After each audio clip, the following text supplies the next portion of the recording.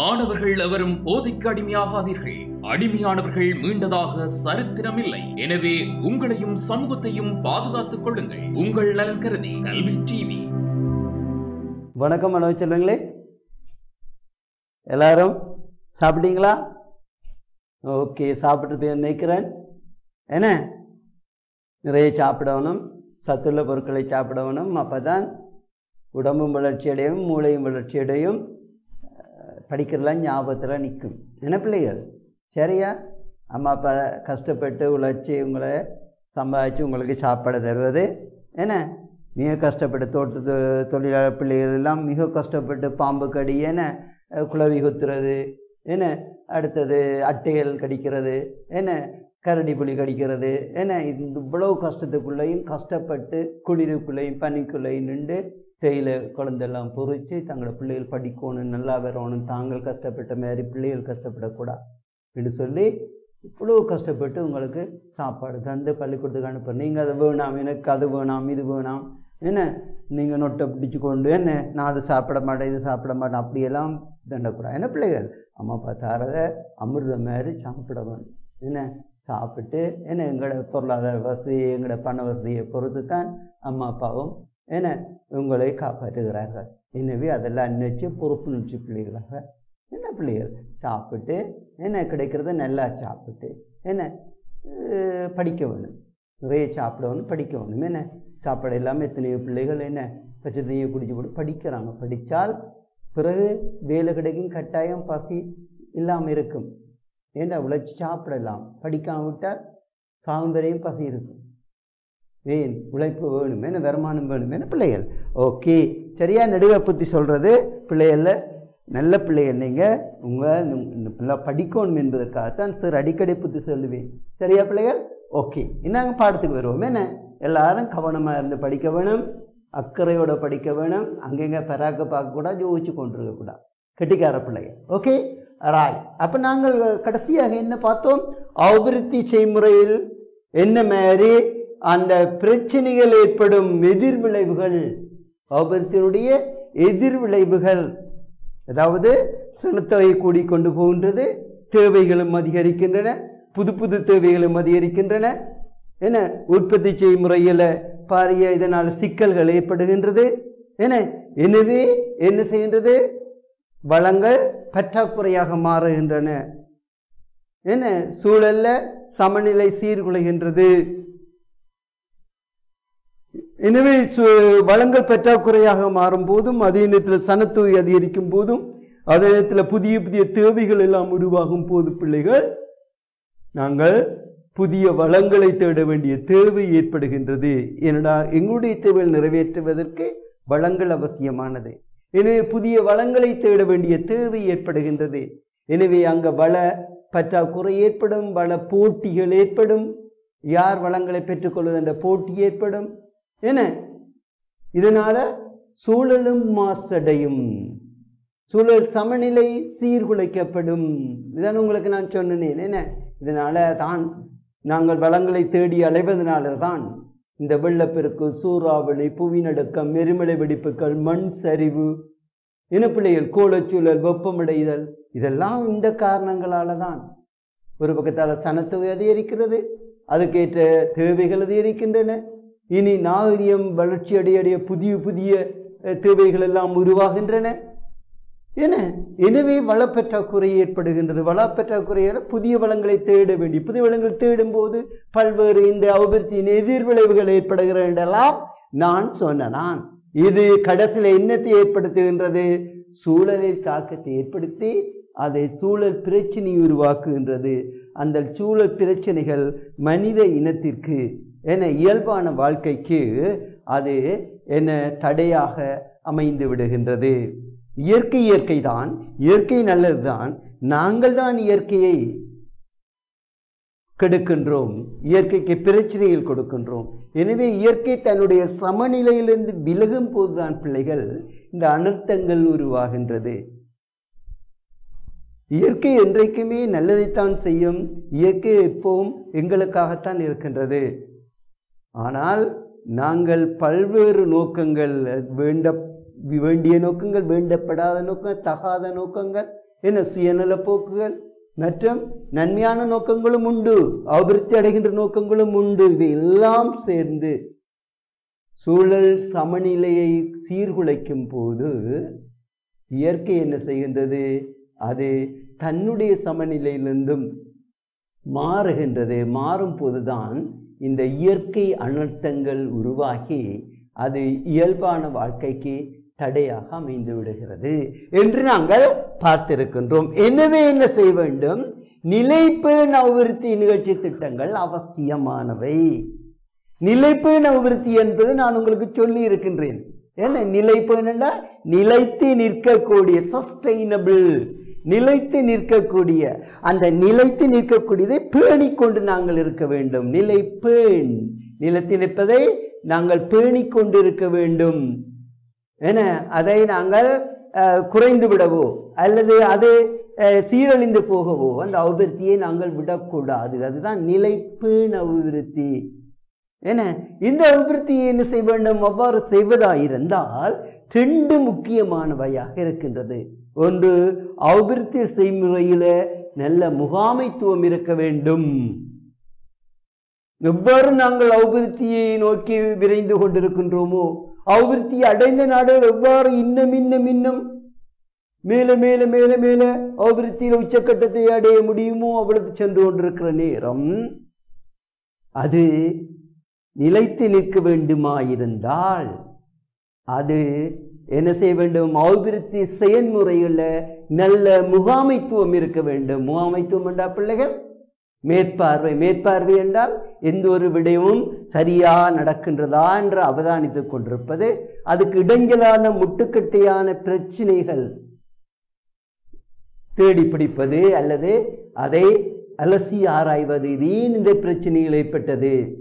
இனம் காண வேண்டும். பிரச்சனைகள் ஏன் ஏற்பட்டது? என்ன காரணத்துக்காக ஏற்பட்டது? அதனால் என்ன பிரச்சனைகள் உருவாகின்றது என்பதையெல்லாம் இனம் கண்டு அதை விளங்கி கொள்ள வேண்டும். அதுக்கு பிறகு அந்த பிரச்சனையை எவ்வாறு நாங்கள் தீர்க்கலாம், தீர்த்து மேலும் மேலும் நாங்கள் முன்னேற்றம் அடையலாம். தடைகளை நீக்குதலும் நாங்கள் மேலும் முன்னேறுவதற்கான வழிகளை தேடிக்கொள்வதும். இதுதான் பிள்ளைகள் முகாமைத்துவம் என்பது. சரியா? ஓகே. ஆகவே இந்த அபிவிருத்தி அபிவிருத்தி செயல்முறை பல்வேறு கட்டமைப்புகள் இருக்கின்றது.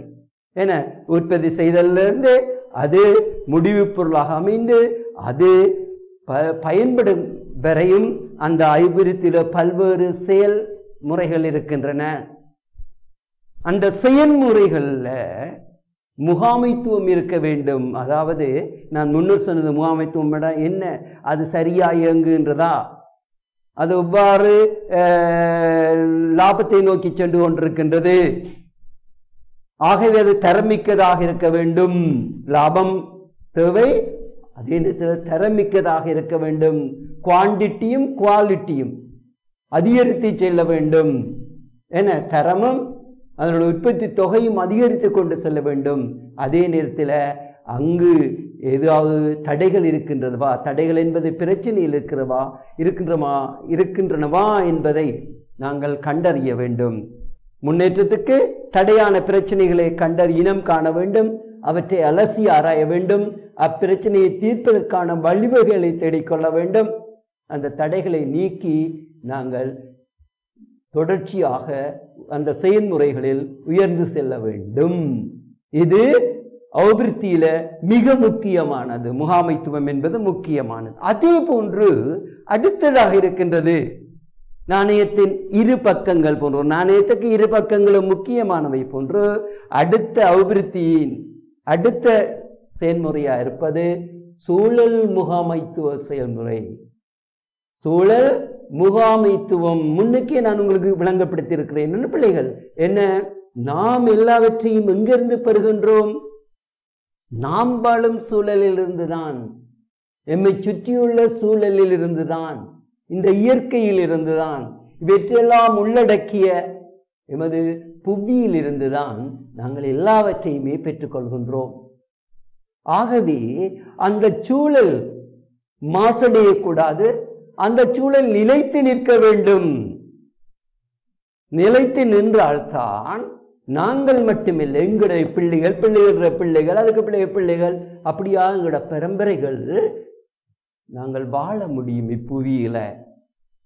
அல்லாவிட்டால் நாங்கள் அழிந்து சாம்பலாகி விடுவோம். இந்த புவியும் ஏனைய கோள்களை போன்று உயிர் வாழ முடியாத ஒரு கோளாக மாறிவிடும். விளங்குதா பிள்ளைகள்? சரியா பிள்ளைகள்?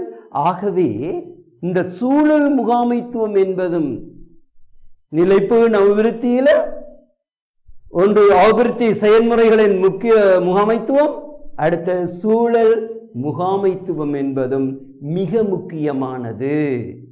இந்த நாங்கள் பார்த்தோம், இந்த சூழல் தான் பிரச்சனைகள். சூழல்ல நாங்கள் இந்த வளங்களை தேடும் போது சூழலுக்கு தாக்கத்தை ஏற்படுகின்றது, அதனால பல்வேறு பிரச்சனைகள் உருவாகின்றது. எனவே சூழலுக்கு ஏற்படும் தாக்கத்தினால் இவ்வளவு விளைவுகளும் ஏற்படுகின்றது. ஏற்பட்டால் நாங்கள் முன்னேற முடிவது மட்டுமல்ல, நாங்கள் உயிர் வாழவே முடியாது பிள்ளைகள். ஆகவே என்ன செய்ய வேண்டும்? சூழல் முகாமைத்துவம் என்பது மிக முக்கியமானது பிள்ளைகள், கவனமாக இருக்க வேண்டும். சூழல் முகாமைத்துவம் என்பது மிக முக்கியமானது. எவ்வாறு நாங்கள் அபிவிருத்தி செயல்முறையில் முகாமைத்துவம் அவசியமானதோ அதே போன்று நாம் வாழும் சூழலிலும் அதனுடைய சூழல் முகாமைத்துவம் அவசியமானது. அப்போதுதான் ஒவ்வொரு நாடும் அபிவிருத்தியின் உச்சத்தை அடைய முடியும். எப்ப விளங்குதா பிள்ளைகள்? சரியா பிள்ளைகள்? எனவே இந்த ரெண்டு முறைகளும் மிக முக்கியமானதாக இருக்கின்றது. இப்ப சரியா? இப்ப இனி நாங்கள் பார்க்க போகின்ற விடயம் இலங்கையின் அன்னைக்கால அபிவிருத்தி நடவடிக்கைகளை பற்றி பார்க்க போறோம். இப்ப நாங்கள் பொதுவாக பார்த்த நாங்கள் அபிவிருத்தி என்றால் என்ன, ஒரு நாடு என்னென்ன துறைகளில் அபிவிருத்தி அடைய வேண்டும், அவ்வாறு அந்த நாடு அபிவிருத்தி அடைந்தா இல்லையா என்பதை எவ்வாறு நாங்கள் இனம் கண்டு கொள்ளலாம், அல்லது குறிகாட்டிகள் அளவுகோல்கள் இவை. ஒரு நாடு அபிவிருத்தி அடைந்ததா இல்லையா என்பதை கண்டுகொள்ளுகின்ற குறிகாட்டிகள் அல்லது அளவுகோல்கள் இவை என்று பார்த்திருக்கின்றோம். அடுத்ததாக இந்த அபிவிருத்தியின் எதிர் விளைவுகளை பற்றி நாங்கள் பார்த்திருக்கின்றோம். அடுத்ததாக பார்த்த நாங்கள் நிலைப்பேணல் நிலைத்தகு அபிவிருத்தி என அதையும் இப்ப நான் சொல்லி இருக்கின்றேன். நிலைப்பேண அபிவிருத்தி என்றால் என்ன, அது எவ்வாறு இருக்க வேண்டும் என்று சொல்லலாம். இந்த அடிப்படையில் நாங்கள் நோக்கும் போதும் பிள்ளைகள், எமது நாடான இலங்கையின் அன்னைக்கால அபிவிருத்தி நடவடிக்கைகள் எவை என்பதை நாங்கள் நோக்கப் போகின்றோம். சரியா? இப்ப சரியா? அதற்கு முதல் இங்க இருக்கு பாருங்க, இந்த கேள்விகளை நீங்கள் கவனித்து கொள்ள வேண்டும். இதுதான் இந்த வினாக்கள் கட்டமிடப்பட்ட வினாக்கள் போடப்பட்டிருக்கு. மிக அக்கறையாக அதுல கவனம் செலுத்த வேண்டும் பிள்ளைகள். நீங்க என்ன ரைட்?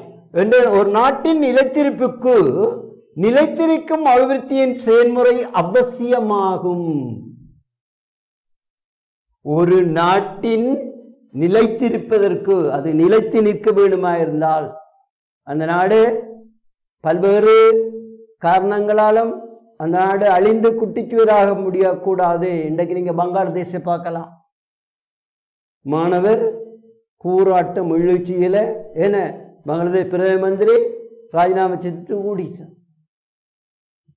அதே போன்று இன்றைக்கு நீங்கள் பார்க்கலாம், உலகின் பல்வேறு நாடுகள்ல பல்வேறு அபிவிருத்தி பிரச்சனைகள் இருப்பதனால அந்த நாட்டால வாழ முடியாது நிலை உள்ளது. மிக வறுமையான நாடுகளாக மாறிக்கொண்டது. இலங்கையும் அதே நிலையில போய் கொண்டிருந்தது, நல்ல காலம் தப்பித்து கொண்டது.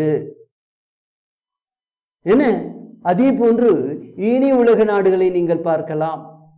என்ன பாகிஸ்தான், அடுத்ததாக மத்திய ஆப்பிரிக்க நாடுகள், தென் அமெரிக்க நாடுகள், இவையெல்லாம் நீங்கள் பார்க்கலாம் நிலைத்து நிற்க முடியாத அளவுக்கு பொருளாதார வீழ்ச்சி அடைந்து கொண்டு போகின்றது.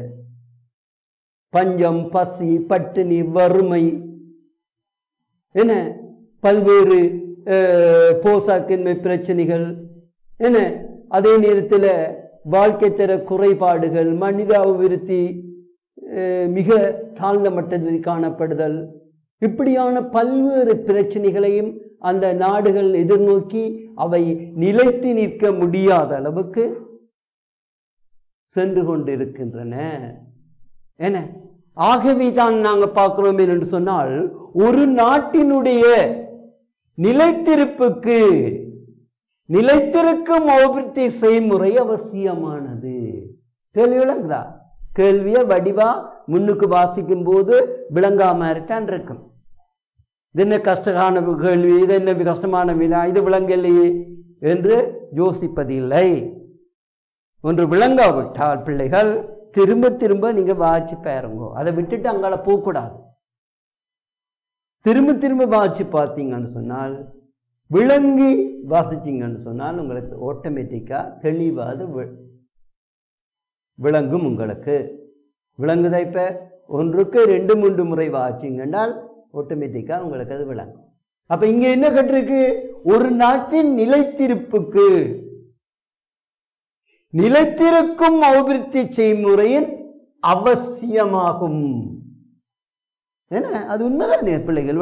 உங்களுக்கு விளங்கப்படுத்தினான். என்ன ஒரு நாட்டின் அபிவிருத்தி நிலைத்திருப்பு, ஒரு நாட்டின் நிலைத்திருப்புக்கு அந்நாட்டினுடைய நிலைத்திருக்கும் அபிவிருத்தி செய்முறை இப்பதான் உங்களுக்கு விளங்கப்படுத்தினான். என்ன நிலைத்திருக்கும் அபிவிருத்தி செய்முறை மிக அவசியமானது. விளக்கு என்று கற்றிருக்கிறார்கள்.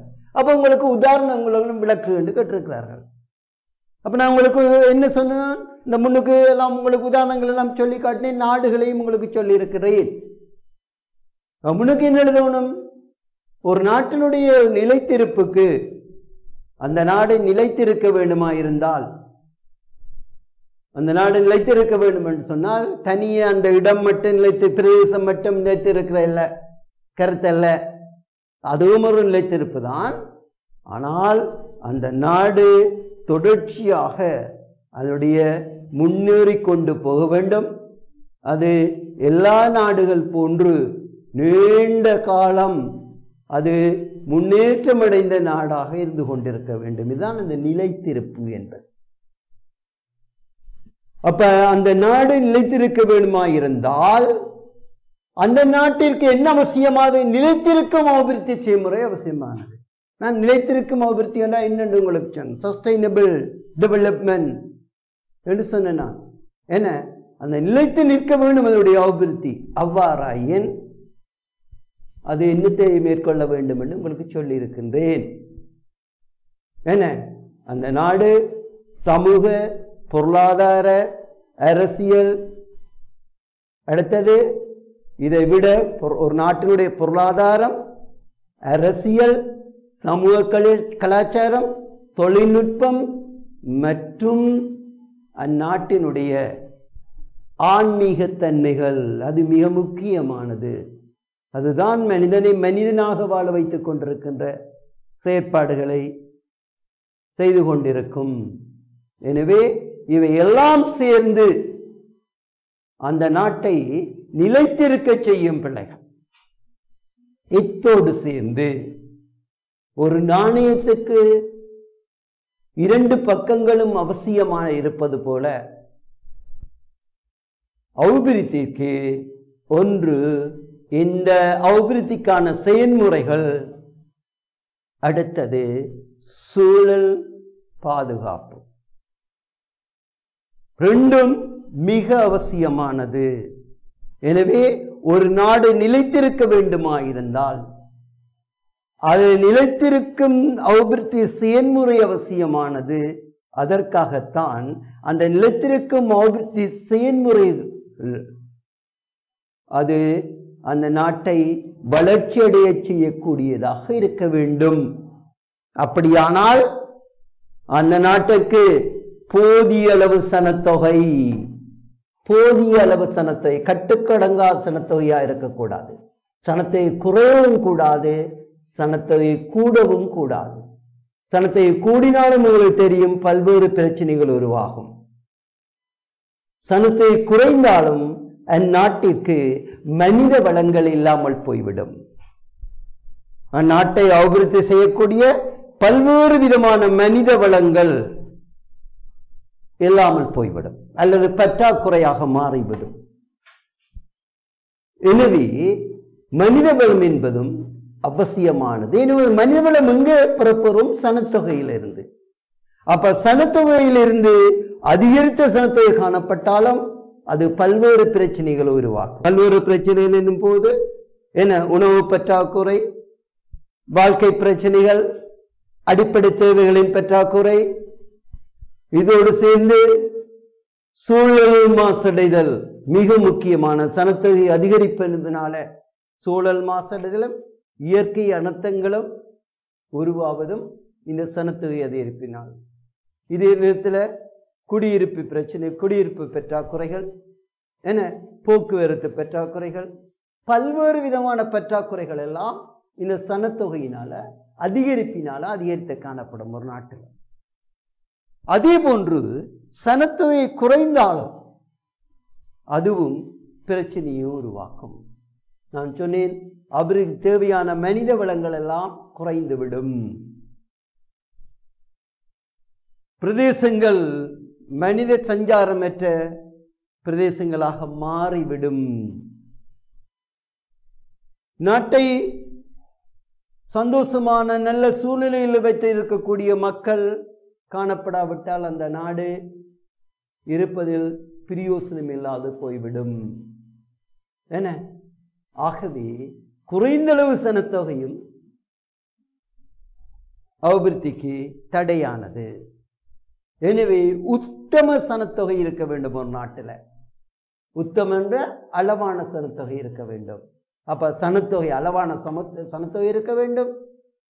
வளங்கள் நிறைந்தளவு காணப்பட வேண்டும். இயற்கை வளங்கள் நிறைந்தளவு காணப்பட வேண்டும். அங்க நிறைந்தளவு இல்லாவிட்டால் ஒன்று புதிய வளங்களை தேட வேண்டும், அல்லது வளங்களை இறக்குமதி செய்ய வேண்டும்.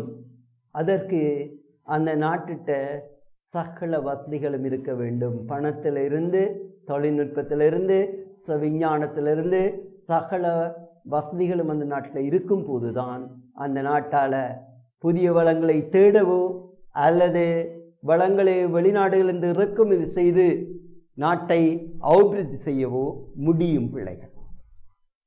சரியா? இப்ப இத்தோடு சேர்ந்து அந்த நாடு நிலைத்து நிற்க வேண்டுமாயிருந்தால் அபிவிருத்தியில உட்கட்டமைப்புகள்ல மாற்றங்களை கொண்டு வர வேண்டும். நான் இலங்கையின் அபிவிருத்தியின் செயல்முறைகளை நாங்கள் பார்க்க உட்கட்டமைப்பு முறைகளில், அதாவது நான் ஒரு நாட்டின் உட்கட்டமைப்பு என்னும் போது அந்த நாட்டுக்குள்ளே இருக்கின்ற பல்வேறு கட்டமைப்பு முறைகளில் மாற்றங்களை ஏற்படுத்த வேண்டும். அபிவிருத்தி உள்கட்டமைப்பு என்னும் போது ஒரு நாடு அபிவிருத்தி அடைவதற்காக தேவையான அடிப்படை கீழ்மட்டத்திலிருந்து மேல்மட்டம் வரையிலான பல்வேறு விதமான கட்டமைப்புகள் என்பது துறைகளை நாங்கள் முன்னேற்றகரமாக மாற்றியமைக்க வேண்டும். அது போக்குவரத்தாக இருக்கலாம், அது தொழில்நுட்பமாக இருக்கலாம், அல்லது அது பல்வேறு விதமான தொடர்பு முறைகளாக இருக்கலாம், அல்லது கொடுக்கல் வாங்கலாக இருக்கலாம், அல்லது வர்த்தகமாக இருக்கலாம், அல்லது விவசாயமாக இருக்கலாம். எனவே அதற்கு தேவையான அனைத்து அடிப்படை வசதிகள் எல்லாம் மாற்றியமைக்கப்பட வேண்டும். அதுதான் உட்கட்டமைப்பு. போக்குவரத்தாக இருந்தால் வீதிகள் அமைக்கப்பட வேண்டும். அந்த வீதிகள் தரத்தை கொண்டனவாக அமைந்திருக்க வேண்டும். அதே நேரத்தில் அந்த வீதியில் பயன்படுத்தப்படுகின்ற வாகனங்கள் எவ்வாறு இருக்க வேண்டும், அது எவ்வாறு தரமிக்கவையாக இருக்க வேண்டும், அது சூழலை மாசடையாமல் செய்யக்கூடியதாக இருக்க வேண்டும். எனவே அதற்கேற்ற வாகனங்களை நாங்கள் உற்பத்தி செய்வது அல்லது இறக்குமதி செய்து பயன்படுத்த வேண்டும். அது எல்லாம் நாட்டிற்கும் நாட்டில் வாழும் மக்களுக்கும் பல்வேறு பயன்களை கொடுக்க வேண்டும் என்ற அடிப்படையில் எல்லா விதமான மாற்றங்களையும் அந்த போக்குவரத்தில் ஏற்படுத்தும் போது அது உட்கட்டமைப்பை, போக்குவரத்தினுடைய உட்கட்டமைப்பை நாங்கள் மாற்றியமைக்கின்றோம். அப்படி ஒவ்வொரு துறையாக, அது விவசாயத்துறையாக இருந்தான, அது சேவைத்துறையாக இருந்தான, கைத்தொழில்துறையாக இருந்தான, தொழில்நுட்பத்துறையாக இருந்தான, அதில் நாங்கள் அதனுடைய உள் அமைப்புகளில் அதை நாங்கள் மாற்றங்களை செய்ய வேண்டும். புதிய நவீன முறைகளை நாங்கள் கை கொள்ள வேண்டும். கை கொள்ளும் போதுதான் அந்தந்த துறைகள் வேகமாக வளர்ச்சி அடையும். அதனால நாடு அபிவிருத்தியை நோக்கி விரைவாக விரைந்து செல்லும். எனவே ஒரு நாட்டினுடைய அபிவிருத்திக்கு அது ஒரு நாடு நிலைத்திருக்க வேண்டுமா இருந்தால் அதற்கு நிலைவான அபிவிருத்தி அவசியமானது. நிலைவான அபிவிருத்திக்கு இந்த உட்கட்டமைப்பு வசதிகள் விரிவாக்கம் செய்ய வேண்டும். செய்யும் போதுதான் அந்த நாட்டால நிலைத்து நிற்க முடியும். அப்ப நிலைப்பேண அபிவிருத்தி செய்முறைகளை பேண வேண்டும்.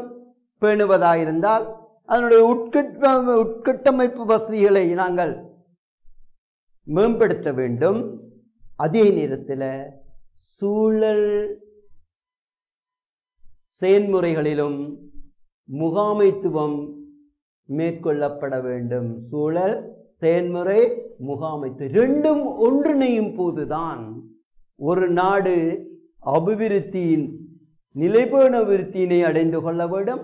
அந்த நிலைபேண அபிவிருத்தியின் மூலம் அந்த நாடு நிலைத்து நிற்கும். விளங்குதா பிள்ளைகள்? அப்போ ஒரு நாடு நிலைத்திருக்க வேண்டுமா இருந்தால் அது நிலைபேண அபிவிருத்தியில் பயணம் செய்ய வேண்டும். அது நிலைபேண அபிவிருத்தியில பயணம் செய்வதாயிருந்தால் ரெண்டு விடயங்கள் மிக முக்கியமானது.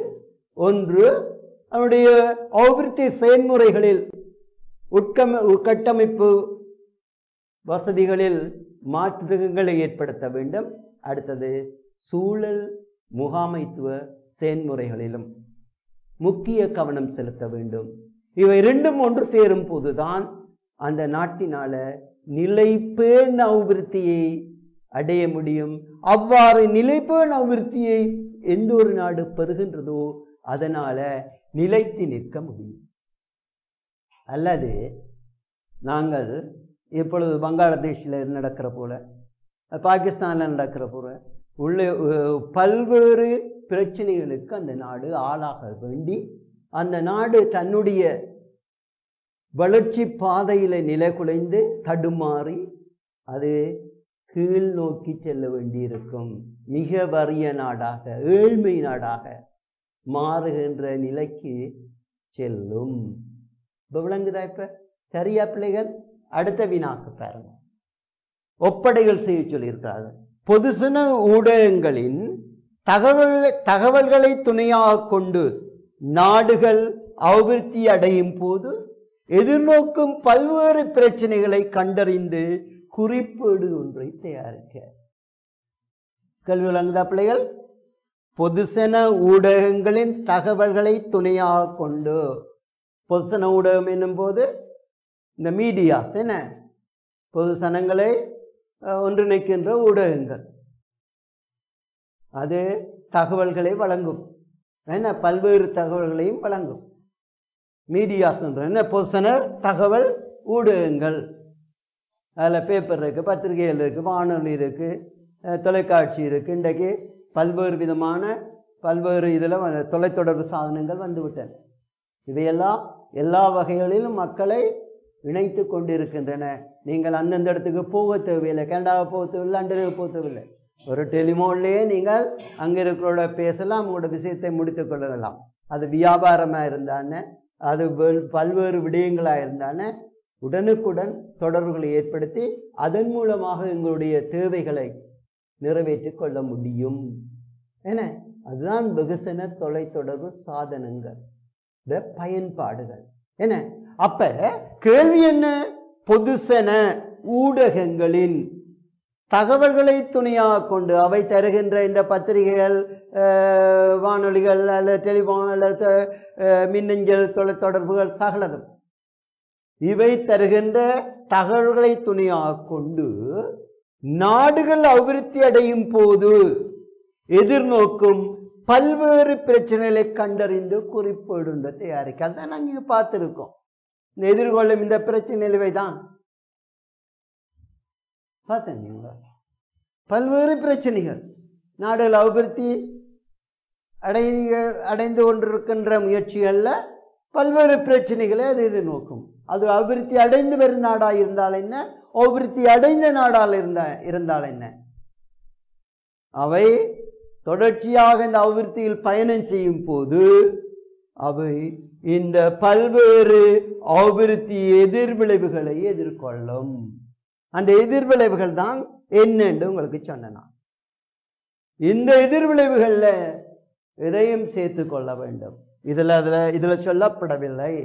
இதுல இன்றைய போர் நடவடிக்கைகள் அவையும் அபிவிருத்தியும் மிக முக்கியமான எதிர்விளைவுகளாக இருக்கின்றன பிள்ளைகள். இதுல இதை குறிப்பிடவில்லை. இதில் சூழல் மாற்றத்தையும் இயற்கையோடு தான் தொடர்படுத்தி இருக்கின்றது. இன்றைக்கு அபிவிருத்தி செயல்முறைகள்ல, ஒரு நாட்டினுடைய அபிவிருத்தி செயல்முறைகள்ல மிக முக்கியமான பங்களிப்பினை இன்று இடம்பெறும் ஆயுத போட்டிகளும், பல்வேறு விதமான ஆயுத போட்டிகளும் போர் நடவடிக்கைகளும், அதுவும் ஒரு நாட்டினுடைய அபிவிருத்தியை மட்டுமல்ல, ஒரு நாட்டை நிலைத்து நிற்கக்கூடியதாக செய்வதும் இந்த போர் நடவடிக்கைகள் தான். ஆயுத போட்டிகள், பல்வேறு விதமான கொடிய ஆயுதங்கள், கண்ணை மூடி முழிப்பதற்கு புள்ளிகள் சாம்பலாகிவிடும்,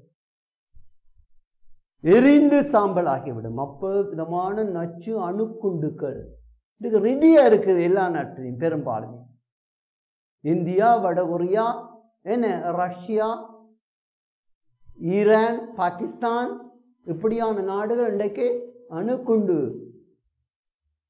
இந்த அணுயுத்தத்தில் முதன்மையான நாடுகளாக போட்டி போட்டு கொண்டு நிற்கின்றன. இதுவும் அவை நடத்துகின்ற போர் முறைகளும் இன்றைக்கு ஒவ்வொரு நாட்டையும் அழித்து விடக்கூடியது. அதன் நிலைத்திருப்பிற்கு முக்கியமான காரணம் இந்த போர் முறைகளையும் நீங்கள் சேர்த்துக் கொள்ள வேண்டும். வளப்பற்றாக்குறை மட்டுமல்ல, சனத்தொகை அதிகரிப்பு மட்டுமல்ல, சூழல் மாசடைதல் மட்டுமல்ல, அதனுடைய சூழல் மாசினால் ஏற்படும் இயற்கை அனர்த்தங்கள் மட்டுமல்ல பிள்ளைகள்.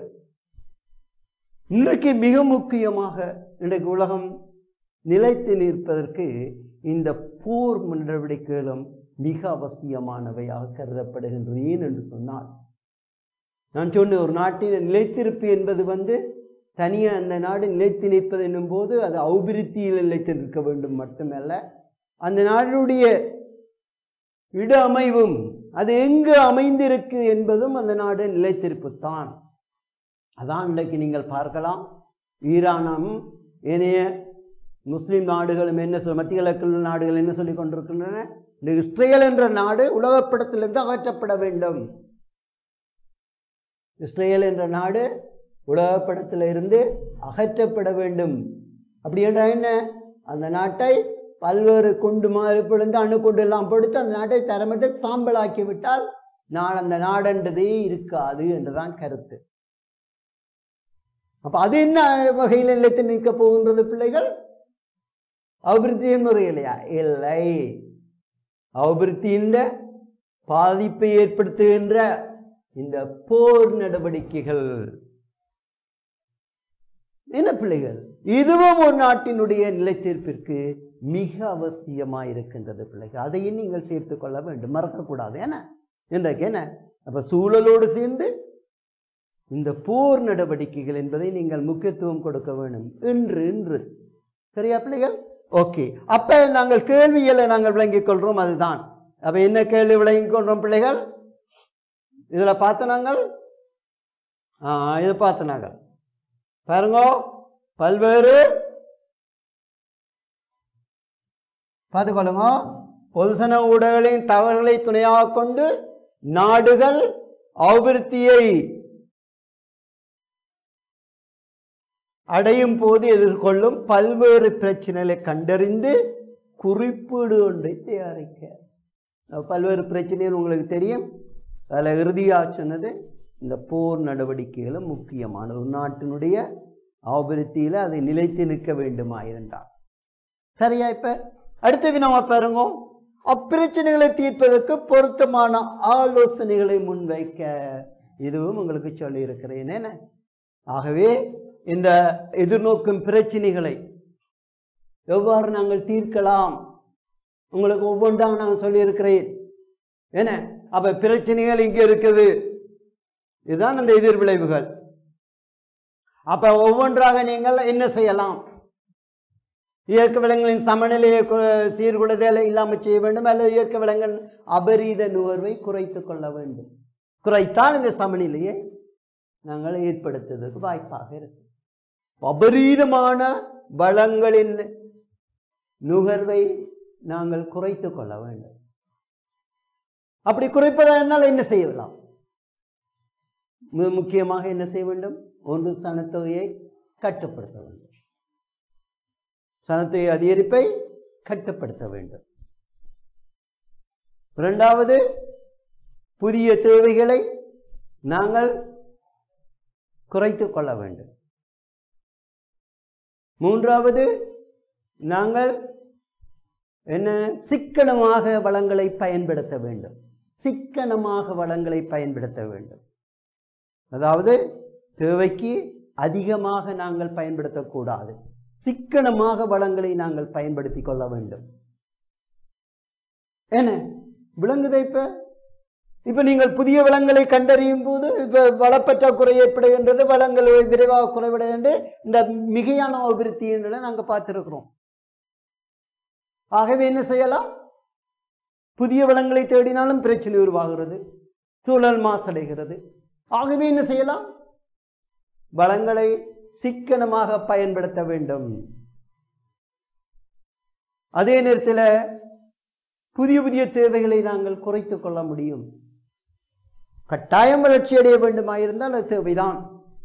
தேவையில்லாத அநியாய வள பயன்பாடுகளை குறைத்துக் கொள்ள வேண்டும். உதாரணம், நாகரிக வளர்ச்சி தேவைதான், ஆனா அது மிதமிஞ்சிய அளவுக்கு அதிகமான நாகரிக வளர்ச்சியா பேருக்கு நீங்கள் பார்க்கலாம் ஒவ்வொரு நாட்டிலையும். அதனால பல்வேறு வளங்கள் வீண் விரயம் செய்யப்படுகிறது. இது அத்தியாவசியமா? மனித வளர்ச்சிக்கு நாகரிகம் என்பது அவசியம், ஆனால் பொருத்தமான, எல்லோரோடும் ஏற்றுக்கொள்ளக்கூடிய, நன்மை பயக்கின்ற நாகரிக வளர்ச்சியா இருக்க வேண்டும். ஆனா இன்றைக்கு அப்படியா பிள்ளைகள் இருக்கிறது? இன்றைக்கு நாகரிக வளர்ச்சிகள் எல்லாம் இன்றைக்கு வளப்பற்றாக்குறையை உருவாக்குகின்றது. என்ன தேவையில்லாத நாகரிக வளர்ச்சி? இந்த உடையில பாருங்க, இன்றைக்கு உடையில பாருங்க, தேவையில்லாத நாகரிக வளர்ச்சி. நாங்கள் பயன்படுத்துகிற பொருட்களை பாருங்க, தேவையில்லாத நாகரிக வளர்ச்சி. இதனால் என்ன ஏற்படும்? வளங்கள் பற்றாக்குறையாக மாறும். ஆகவே வளங்களை சிக்கனமாக பயன்படுத்துறது மட்டுமில்லை பிள்ளைகள், தேவையில்லாத இந்த தேவைகளை நாங்கள் குறைத்து கொள்ள வேண்டும், கட்டுப்படுத்தி கொள்ள வேண்டும். ஆகவே ஒரு நாட்டினால இந்த அபிவிருத்தியின் எதிர் விளைவுகளை நாங்கள் குறைத்து கொள்ள முடியும் பிள்ளைகள். அடுத்ததாக என்னது நாங்கள் பார்க்கலாம்? அபிவிருத்தியில சூழல்ல மிக முக்கிய கண்ணோட்டத்தை நாங்கள் செலுத்த வேண்டும். என்ற சூழல் இல்லாவிட்டால் நாம் இல்லை. என்ற சூழலில் இருந்துதான் நாங்கள் எல்லாவற்றையும் பெறுகின்றோம், மந்திரத்தாலே பெறுவதில்லை. ஒரு நாடு மந்திரத்தால் அபிவிருத்தி அடைய முடியாது, முன்னேறும் சூழலில் இருந்துதான் எல்லாவற்றையும் பெறுவது. எனவே சூழல் என்பது நிலைத்திருக்க வேண்டும், பாதுகாக்கப்பட வேண்டும். அடுத்தது நான் இறுதியாக சொன்னது உங்களுக்கு, இந்த போர் நடவடிக்கைகளை ஒன்று இல்லாமல் செய்ய வேண்டும். அப்போதுதான் இந்த நாடு நிலைத்திருக்க முடியும்.